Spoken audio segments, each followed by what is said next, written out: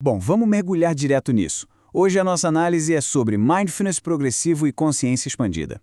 A gente vai explorar algumas ferramentas incrivelmente fascinantes, todas baseadas na neurociência, para a gente retomar o controle das nossas ações e, de quebra, reescrever aquelas respostas automáticas que vivem nos limitando.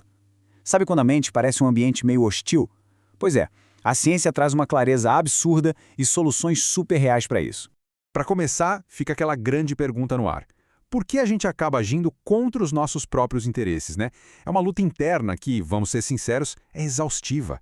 Pensa naqueles pensamentos indesejados que não param, naquela urgência de um perfeccionismo que simplesmente paralisa os melhores projetos ou naqueles maus hábitos que parecem impossíveis de quebrar. É profundamente frustrante sentir essa falta de controle, como se forças ocultas estivessem guiando comportamentos que a gente sabe racionalmente que só causam danos. Sabe qual é o grande antagonista biológico por trás dessa sensação de descontrole? É o próprio órgão dentro das nossas cabeças. O cérebro gera o que a gente chama de mensagens cerebrais enganosas. Basicamente, é qualquer pensamento, impulso ou desejo falso que nos afasta dos nossos verdadeiros objetivos.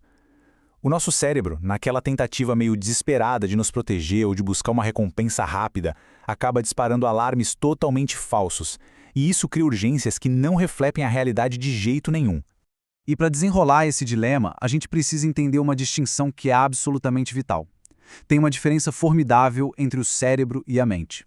Olha só, o cérebro funciona como uma máquina puramente automática. Ele é movido por impulsos e focado na sobrevivência a curtíssimo prazo. Já a mente é uma força consciente. Ela representa a nossa atenção focada, a nossa capacidade de fazer escolhas e, no fundo, a nossa verdadeira essência.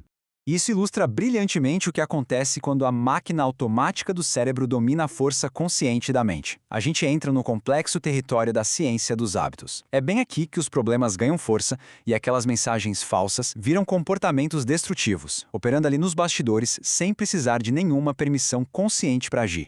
Tem um ciclo vicioso de 4 passos exatos acontecendo aí. A coisa toda começa no passo 1, quando a mensagem enganosa invade o nosso espaço mental. Aí no passo 2, o corpo reage a esse alarme falso, criando uma sensação desconfortável gigante, sabe? Uma ansiedade pura. E no desespero para escapar dessa dor, a gente é arrastado para o passo 3, a resposta habitual automática. A gente faz isso porque o passo 4 entrega um alívio temporário. E é exatamente esse alívio fugaz que reforça a crença ilusória de que aquele comportamento ruim foi a solução certa. Agora, o que é muito interessante de notar é a regra fundamental da neurociência que aprisiona as pessoas nesse ciclo. Ela atende pelo nome de Lei de Hebb. Ela diz uma coisa super simples: neurônios que disparam juntos conectam-se juntos. Ou seja, cada vez que a gente cede a resposta habitual buscando aquele alívio passageiro, o nosso cérebro é fisicamente reconfigurado.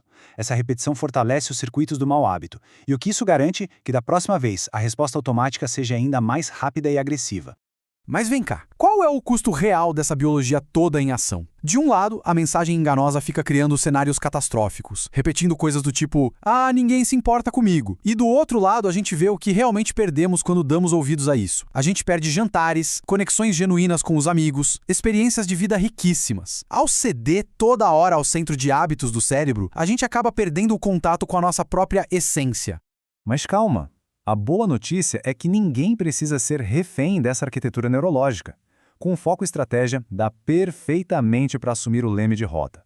A ciência nos entrega um método comprovado e incrivelmente eficaz para interceptar esses impulsos do cérebro. É a famosa solução em 4 passos.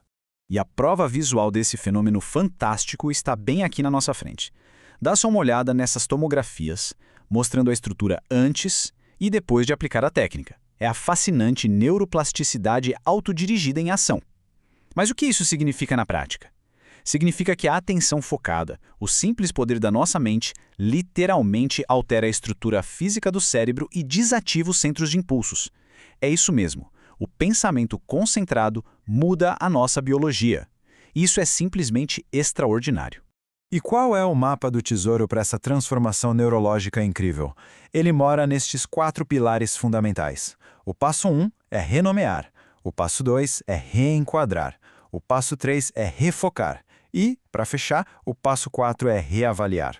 Adotar essa sequência abre a porta para barrar as mensagens enganosas e treinar a mente para responder de um jeito cada vez mais saudável. Destrinchando um pouco o começo da coisa, o passo de renomear envolve fazer anotações mentais rápidas. É identificar o desconforto e colar nele o rótulo adequado de impulso falso.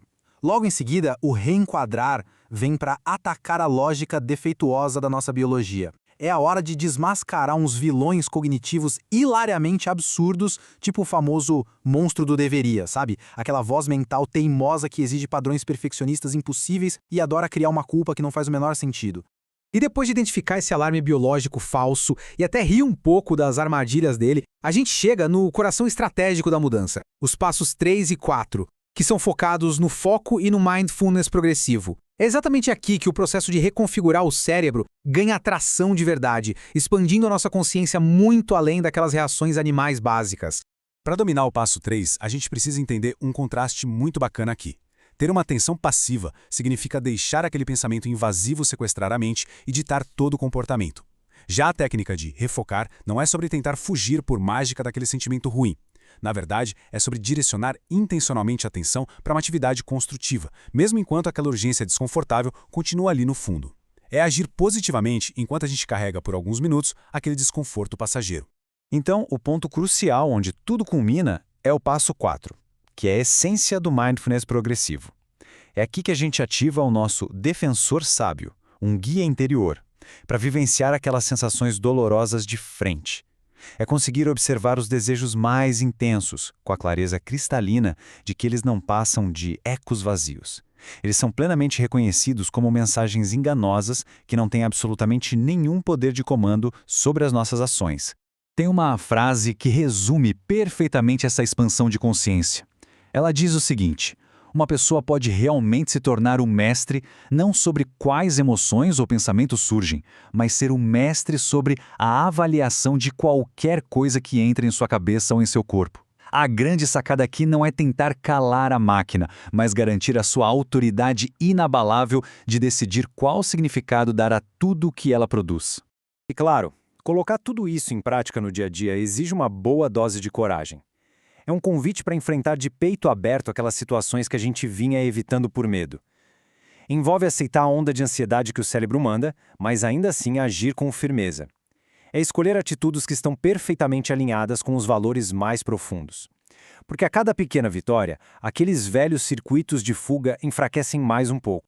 No fim das contas, toda essa construção fascinante nos leva de volta à premissa central da obra original, que tem um título simplesmente genial: Você não é o seu cérebro. A anatomia biológica de ninguém é uma sentença de destino.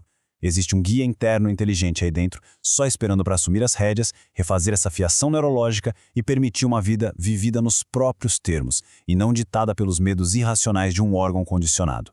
O que nos deixa com esta pergunta final super poderosa. Quem está no controle agora? É o seu cérebro impulsivo, buscando desesperadamente por conforto imediato, ou é o seu verdadeiro eu, com uma mente expandida e consciente?